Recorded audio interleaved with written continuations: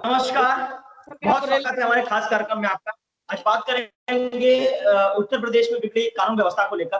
लगातार योगी सरकार पर विपक्ष हमलावर है, लेकिन उत्तर प्रदेश की योगी सरकार को ये नजर नहीं आ रहा कि उत्तर प्रदेश में कानून व्यवस्था खराब चली है। यूपी की पुलिस पर सवाल उठ रहे हैं, यूपी पुलिस के मुखिया पर सवाल उठ रहे हैं, योगी आदित्यनाथ पर सवाल उठ रहे हैं, क्योंकि आज बलिया में जिस तरीके से जो एक पंचायत भरी थी, वहां पर एसडी और सीओ बैठे थे।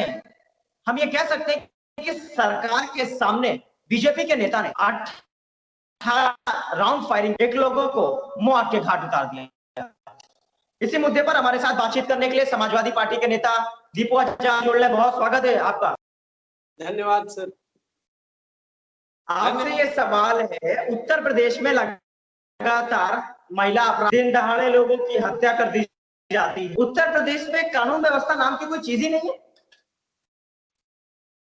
हम आपको पिछली घटनाओं को याद दिला दें तो इससे पहले भी पिछले साल 2019 में एक लड़की को हमारे बगल की थी जिंदा जला दिया गया था, जिसपे हम लोगों ने प्रमुखता से मुद्दा उठाया था और उस वक्त मुद्दा उठाते हुए भी सरकार की दमनकारी नीति की वजह से हमारे साथ भी हाथापाई पुलिस ने की थी। हालांकि वो पुराना मामला हो गया। और जहां अपराध की बात है तो जिस सरकार में सरकार का मुखिया ही अपराध में लिप्त होगा, सरकार के मुखिया के निर्देश पर ही अपराध होंगे, तो स्वाभाविकता है रोशन जी कि सरकार क्या कानून व्यवस्था पूरी डैमेज कंट्रोल के हाथों डैमेज कंट्रोल है। और वो हलफनामा उनका पुराना निकलवा लिया जाए सरकार के मुखिया का। उस हलफनामे में आपको तरह तरह के मुकदमे नजर आएंगे। उन मुकदमों को ध्यान रखते हुए अगर हम कह दें तो यकीनन हम एक ही बात कह सकते हैं कि सरकार के इशारे पर नहीं, स्वयं सरकार ही अपराध करवा रही। सरकार इशारा नहीं कर रही, सरकार स्वयं अपराध में लिप्त है। सरकार के और जो ये आज ही आप ही के नेता समाजवादी पार्टी के एमएलसी हैं सुरेंद्र सिंह साजन, उन्होंने ये बयान दिया था कि उत्तर प्रदेश जो सरकार है वो अपराधों के साथ, वो अपराधियों को बढ़ावा दे रही है, भ्रष्टाचार को बढ़ावा दे रही है। योगी आदित्यनाथ से आप कल्पना क्या करेंगे कि उत्तर प्रदेश की कानून व्यवस्था बेहतर हो? जो उन्होंने कहा है तो उस पे बस इतना ही हम कहेंगे कि उन्होंने 1001% सच कहा है। क्योंकि आप मीडिया क्षेत्र से हैं, आप लोग हमसे बेहतर आप खुद देख रहे प्रदेश की कानून व्यवस्था क्या है। यहाँ पे बलात्कार के नाम पर चिन्मयानंद को बचाया जाता है, इतना मजबूर कर दिया जाता है कि लड़की बयान बदलने पे राजी हो जाती है। तो इसका मतलब है अपराधियों का जो एएमयू है वो साइन हुआ है, सरकार ने वो साइन कर लिया है कि आप अपराध करेंगे। और जो बलिया की घटना है, उस बलिया जिस क्षेत्र की घटना है, सुनने में आ रहा है वहां से विधायक सुरेंद्र सिंह का वो काफी करीबी है। और सुरेंद्र सिंह का जो इतिहास है वो देख लिया जाए कि वो मानसिक रूप से विक्षिप्त है। वो उनका काम है बयान, वो खुद ही सरकार को कटघरे में खड़ा कर देते हैं, सरकार के खिलाफ बयान देते हैं। हाँ, अपराध में वो जो जिसने भी अपराध किया उनका और उसका साठगांठ है, ऐसा सुनने में आ रहा है। तो हम यही कह सकते हैं अपराधियों का और योगी जी का कनेक्शन डायरेक्ट हो चुका है। अब हम बात करेंगे यूपी सरकार के कानून मंत्री ब्रजेश पाठक की।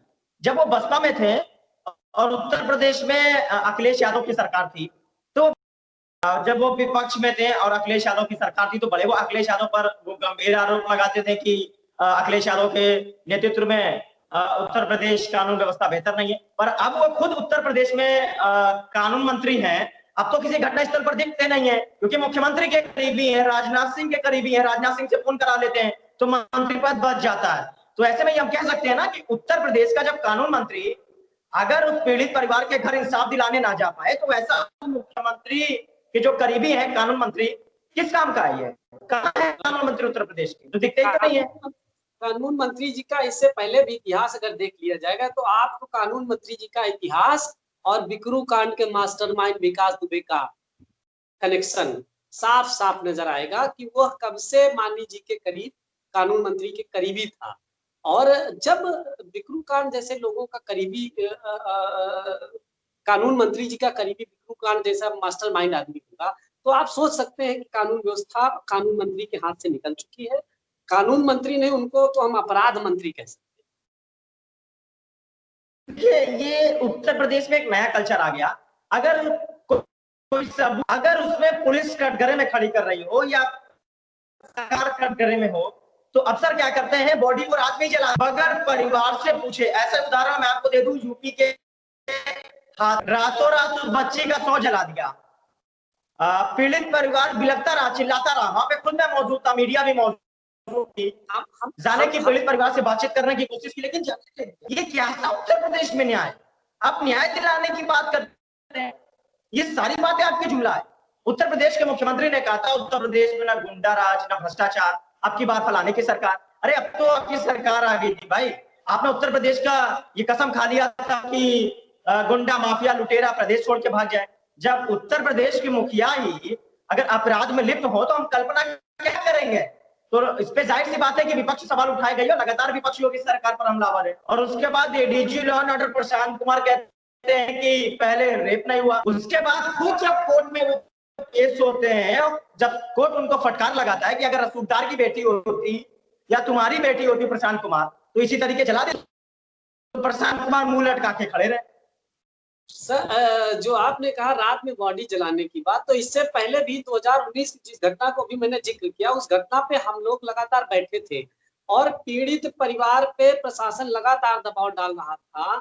अगर उस वक्त आदरणीय अखिलेश यादव जी के नेतृत्व में और हमारे पार्टी के बड़े नेता, बड़े लोग अगर बैठे ना होते वही पीड़िता के परिवार घर के सामने, हम लोगों ने ना अगर बैठ के प्रशासन से लड़ाई लड़ी होती, तो शायद प्रशासन उस वक्त पीड़िता के पिता को एयर एम्बुलेंस से भेज देता दिल्ली और वहीं लाश जलवा दी जाती और उसके बाद कुछ ना होता। तो इसलिए मजबूरी में सरकार को वहां से लाश भेजनी पड़ी और रात में भी दबाव डाला गया कि नहीं, सरकार जो है अंतिम संस्कार किया जाए। लेकिन मीडिया के दबाव में, आप लोगों के दबाव में और विपक्ष के नेताओं के दबाव में वहां लोग मौजूद थे इस वक्त। इससे प्रशासन के हाथ पैर फूल गए और प्रशासन को मानना पड़ा।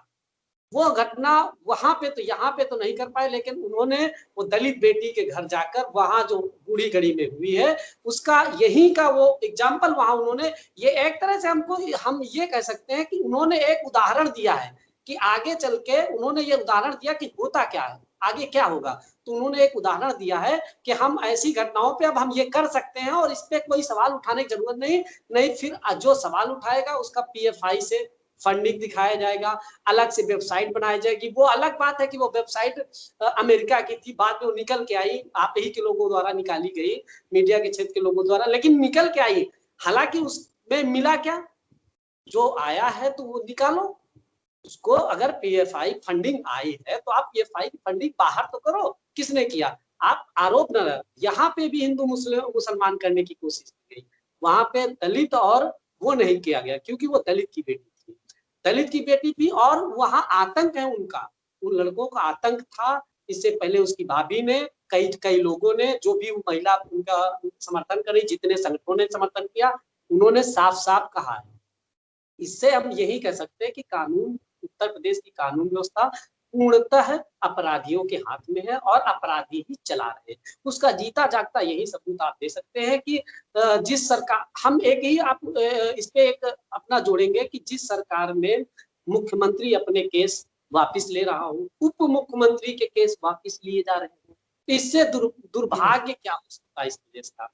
जब यही चीज अगर आदरणीय अखिलेश यादव के कार्यकाल में कहीं कोई छोटी भी घटना होती थी तो हम आपको नहीं कहेंगे, लेकिन कुछ चैनल्स के द्वारा साइड में लगा के और मुख्यमंत्री की, आज क्या है, एक मुख्यमंत्री से आप पूछ नहीं सकते, जनता नहीं पूछ सकती, कुछ कोई कह नहीं सकता। रोजगार के नाम पर जीरो, आर्थिकी के मामले में जीरो, लेकिन घोटालों के मामले में। मेरा सीधा से सवाल, अगर 22 में, मेरा सीधा सा सवाल, अगर 22 में अखिलेश यादव की सरकार बनती है तो क्या अखिलेश यादव मुख्यमंत्री को जेल भेजे, डिप्टी सीएम को जेल भेजेंगे? क्योंकि अखिलेश यादव के बेहद करीबी नेता थे मुलायम सिंह, माफ करिएगा, आजम खान मुकदमे तो फर्जी लगा, उसके बाद एक चीज जोड़ सकता हूँ, बीजेपी ने प्लान बनाकर उनको जेल भेज दिया।